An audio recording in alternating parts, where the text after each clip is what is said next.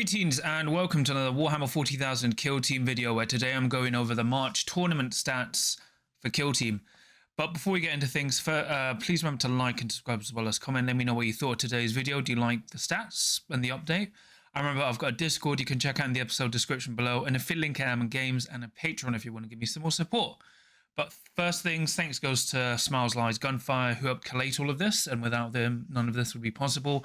And once again, all our data's gone from BCP, the Best Coast Pairing app, and we rate wins as 1, draws as 0.5, losses as 0. If your tournaments aren't on Best Coast Pairings, they won't be they won't be involved here.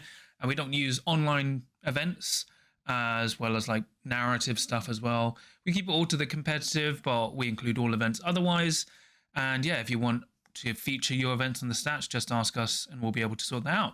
But let's get on with the March event stats. So for March, America had the most stats, well, the most games, with 37 tournaments and 490 players. Then Spain with 21 and 337 players. Then we had the UK with only 4 events but 130 players.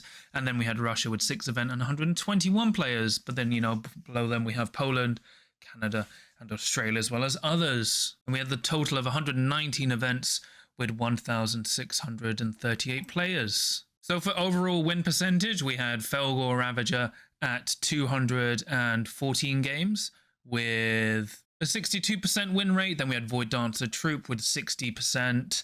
We had Cultist with only 60 games at 60% as well. Inquisition, oddly up there, in 86 games with 58%. Warp Coven at 57. And then we had Gelapox at 57 as well, along with Wormblade. So those were all our overperforming teams. And then for underperforming teams, because remember we're aiming for 55 to 45%. So for underperforming teams, we have Farstalker Kinband at 44, Exaction at 43, Hunterclade at 40, and then we have Breachers at 39 as well, and Justian at 34%. So as you can see in the chart, it's a bit more spread. To be honest, it's kind of mirroring what we've had before. The notable things here is Scout Squad are actually at 46%, which is their highest ever result. Although we do have Pathfinders who are just borderline 55%, so they almost become a problem. But overall, it seems we've had the regular repeaters. Obviously, this is including before the balanced data slate with 1 week of balanced data slate changes. But Felgor and Void Dancer and Cultist still doing really well, with Galapox doing great this month too. For all events data, we had...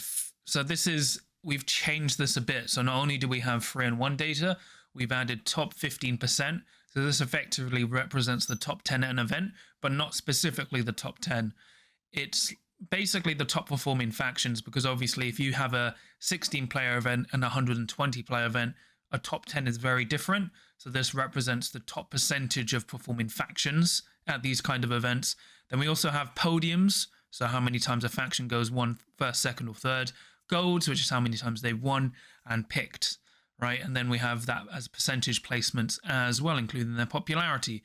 So obviously Felgor were at the top. They won 5 events. They had great placement data overall. Void Dancer Troop, they won 3 events. Pathfinders had won 6. Veteran Guardsmen and Commandos had both won the most at 9, but with really good placement data as well. And we've got a good spread like Legionary. They're the most popular faction this month.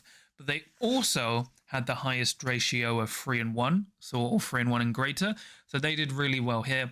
Highlights are definitely Veteran Guardsmen, because it shows despite their okay win rate, they've been kind of dominating tournaments, which is just a good faction, as you can see in the event stats chart. Phobos did really well, along with Legionary. Even Hand of the Archon doing quite well. They won 2 events as well. So just a good spread of data. Then as we get to the event rates, you can see the ratio compared to the 3 and 1 at placement. Felgor having a quite close and high ratio. Warp Coven with a high number of 3 and 1s but low placement data. And most we've got a close correlation. Technically, the closer the correlation, the more worrying the faction is. As you can see, Pathfinders had a lot of 3 and 1s with a lot of placement datas. So it should correlate, but you can have weird situations where, as you see with like Warp Coven or even like Hand of the Archon, where they're good at just placing well in terms of going 3 and 1, but they're not actually going to regularly, consistently score high at tournaments in terms of getting like those first, second, and thirds. Then for GT Plus, so this is for events with 4 or more rounds and 16 or more players, Felgor Ravager at 62% with 130 games, Warp Coven at 60%, doing much better here, Void Dancer Troop at 60, Galapox at 59, doing slightly better, Hyrotech doing better here at 59%, then we have Wormblade at 57, Corsairs at 56, and then Blooded at 56 as well, along with Chaos Cult and Commandos. So we've got more overperforming factions here, as you can see on the chart as well. And then underperforming factions, we now have Blades of Cain, Intercession, both at 44%-ish. Blades of Cain just at, well, Blades of Cain at 45. Breachers at 43. Kazakin at 42. Scout Squad dropping down to 40%. Hunterclade at 38. Justian at 35. And then Exaction dropping below at 34%. So doing the worst overall, with actually similar levels of play rates compared to Justin when it comes to GT Plus. And then once again, we have the event stats this time for GT Plus to better break down what the win rates won't show. And that's all the chart there. As you can see in the event stats graph, we can see Felgor have a high 3-1 ratio with good podiums, winning 1 GT Plus event. Commandos won 4, Wormblade won 3, Hyrotech won 2 large events. Galapox won 2. Veteran Guardsman only won 1, but placed really high as well and did just pretty good overall. Then we get to event rates, which is the 3-1 compared to placements for GT Plus. Felgor doing really well here. Commandos with a close correlation. Void Dancer Troop doing well here. Pathfinders with high 3-1s, but about a 50% difference in terms of its placement data. And then you have Warp Coven doing a weird thing where they have a high chance to go 3-1, but not placing well with those results. So then we have a new form. This is GT Long. This is for events with 5 or more rounds and 30 or more players. This is to better represent tournaments that are larger and going over 2 or more days, because we're now having increasingly more popular, we've got more players, so we're having larger games going on for longer. So this is basically to show how well a faction does in a major for kill team. So as you can see, we've got Galapox with only 15 games at a 73% win rate. Felgor doing well at 65.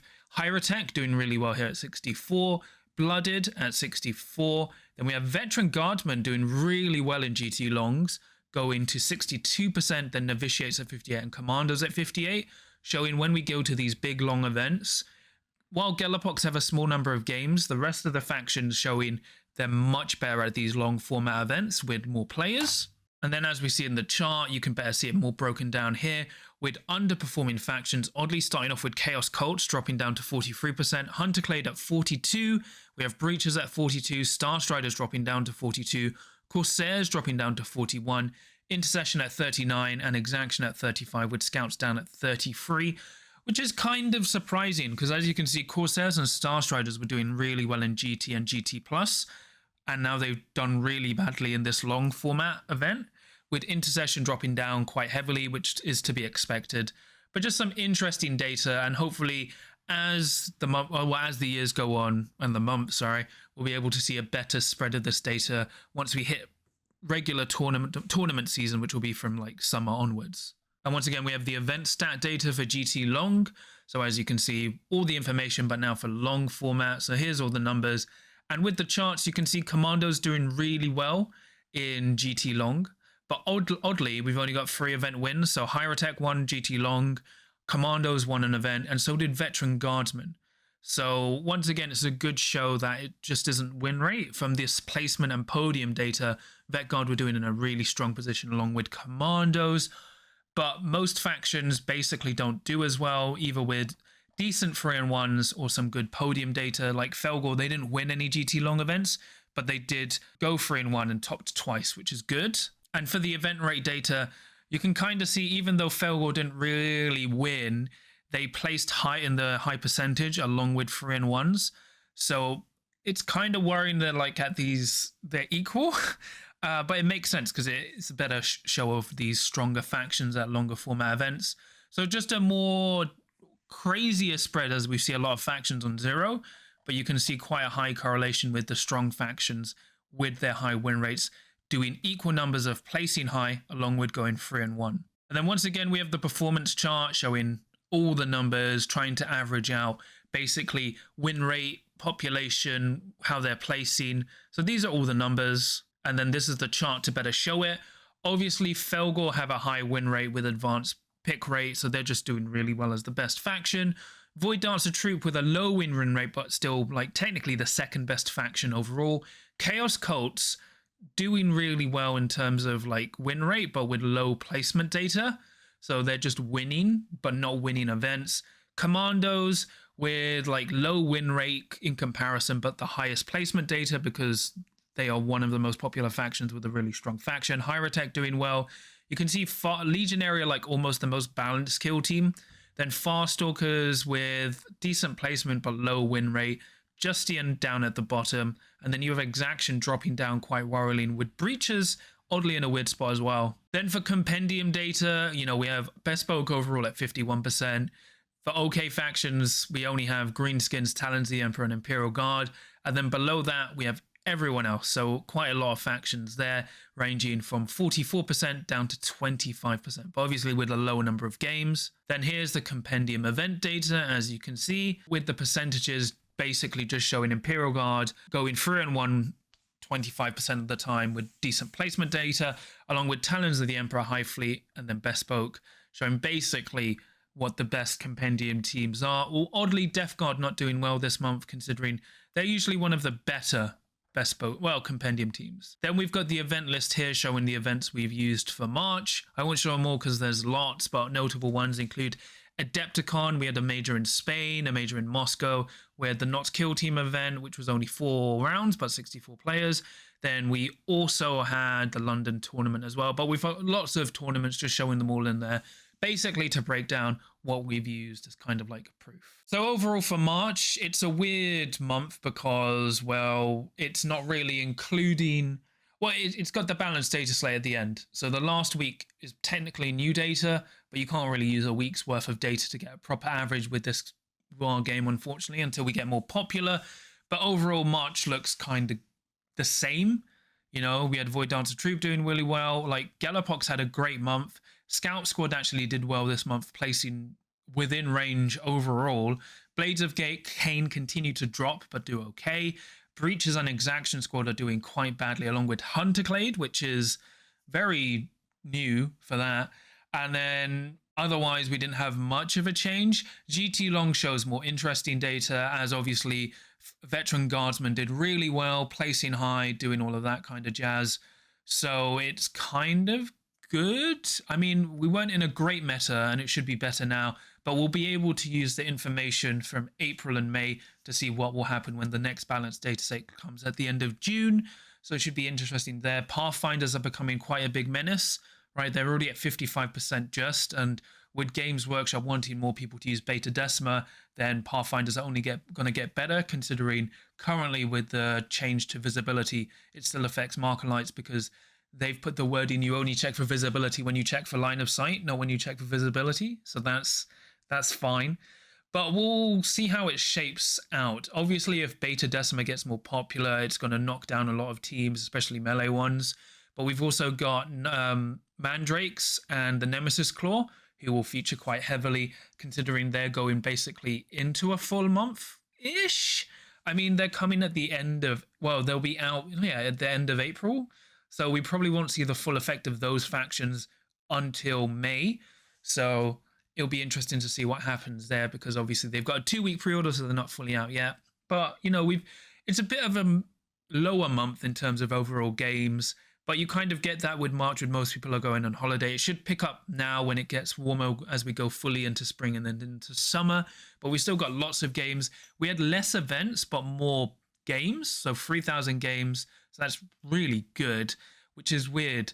But that's how the numbers work. But once again, thanks goes to Smiles, Lies and Gunfire. He has come up with most of this and all the refinements. Like, I'm really loving GT Long as well as the placement percentage data. But we still have the top 3 data for people who just want to know what factions are coming first, second and third, instead of just the top percentage of events. And then GT Long is going to be really interesting, especially once we get more of those GT Long events. But that's pretty much it for me today. Please remember to like and subscribe as well as comment. Let me know what you thought of today's video. Did you like the stats and all that? And please remember to check out my Discord in the episode description below, as well as my affiliate link, Element Games, and a Patreon if you want to give me some more support. And I'll quickly shout out my patrons. So for my adepts of the crit, I have Tom, Super Cow, Sam, Ogo Pogo, Nick, Kenzie, John Thomas, Graham, Freeman, David, Dave Meets World, Dad of Goldens, Ben, Andy, and then for my veterans of the crit, I have Sam. Just to thank you all so much for your support. It really means a lot to me and helps support the channel. But yeah, I have been quite delayed with this. This was supposed to come out the start of April, but delayed because of Nemesis and other stuff. I've had to re-record this video because I wasn't speaking loudly enough because I don't feel great. So I have more forced energy at the moment because I have to speak louder because my microphone is being weird and I don't want to adjust my gain because I don't want to keep changing my settings every video.